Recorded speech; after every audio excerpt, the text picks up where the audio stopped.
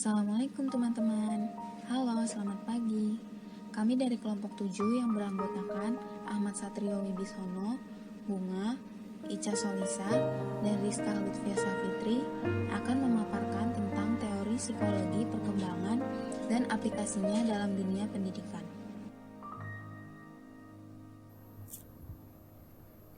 Teori psikologi perkembangan.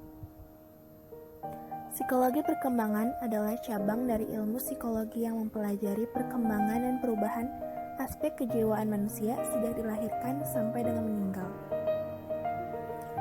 Pengertian psikologi perkembangan menurut para ahli. Menurut Piaget dan Baer merumuskan psikologi perkembangan sebagai ilmu khusus yang mempelajari peningkatan-peningkatan yang terjadi oleh interaksi antara tingkah laku dengan hal-hal yang timbul di lingkungan. Dengan kata lain, psikologi perkembangan berhubungan dengan variabel-variabel yang secara historis mempengaruhi tingkah laku, akibat atau pengaruh dari interaksi yang sudah lewat terhadap interaksi yang sekarang sedang dialami. Menurut Richard M. Lerner, merumuskan psikologi perkembangan sebagai pengetahuan yang mempelajari persamaan dan perbedaan fungsi-fungsi psikologis sepanjang hidup. Psikologi perkembangan anak misalnya, mempelajari bagaimana proses berpikir pada anak umur 1, 2, atau 5 tahun menunjukkan persamaan atau perbedaan, atau bagaimana kepribadian seseorang berubah dan berkembang dari anak-anak, remaja, sampai dewasa. Selanjutnya adalah prinsip epigenetik. Prinsip epigenetik adalah prinsip yang didasarkan pada pandangan bahwa segala sesuatu yang tumbuh mempunyai rancangan dasar. Dan dari rancangan dasar itulah kemudian bagian-bagiannya akan bermunculan, di mana setiap bagian memiliki rentang masa kekuasaan tersendiri, dan jika seluruh bagian itu telah dimunculkan, maka akan terbentuklah suatu kesatuan yang berfungsi.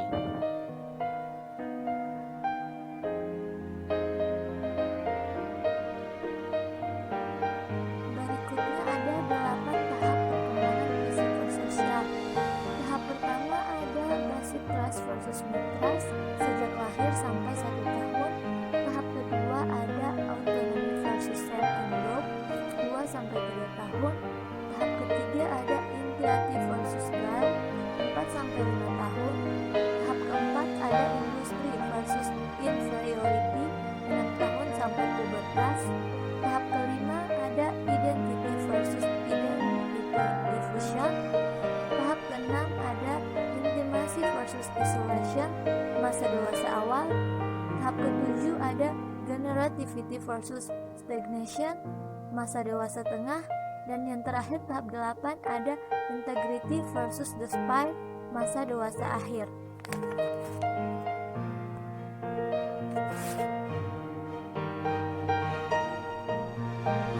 Kemudian ada perspektif kognitif. Teori perkembangan kognitif Piaget adalah salah satu teori yang menjelaskan bagaimana anak beradaptasi dengan dan menginterpretasikan objek dan kejadian-kejadian di sekitarnya. Bagaimana anak mempelajari ciri-ciri dan fungsi dari objek-objek seperti mainan, perabot, dan makanan, serta objek-objek sosial seperti diri, orang tua, dan teman.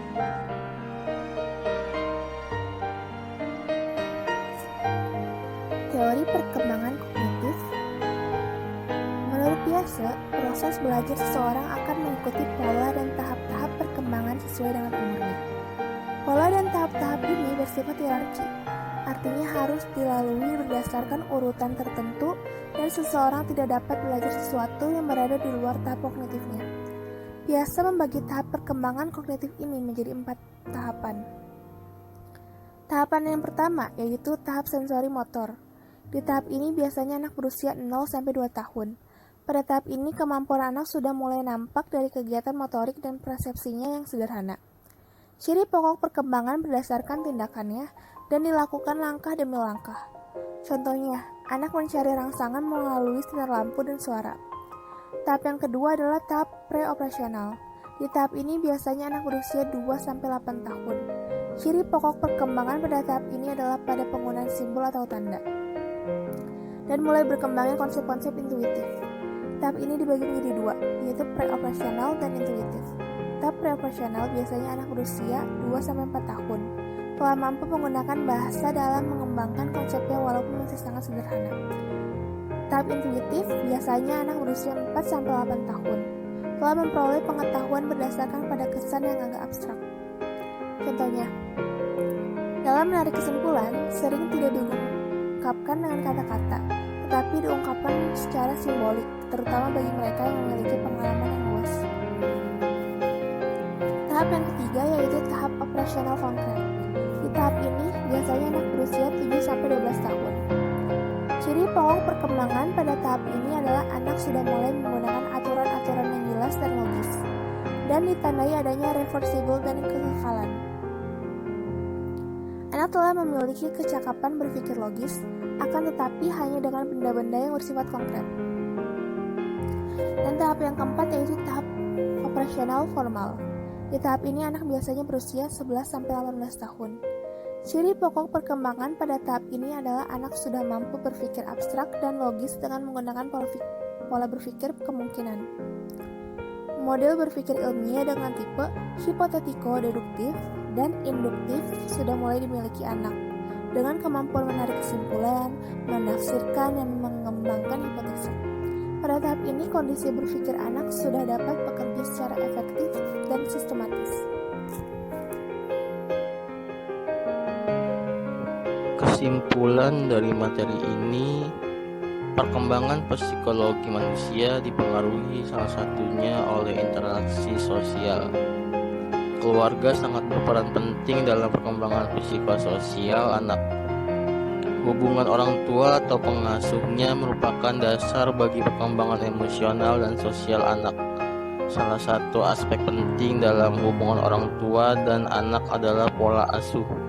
Perkembangan pola anak dipengaruhi juga oleh lingkungan sekitar.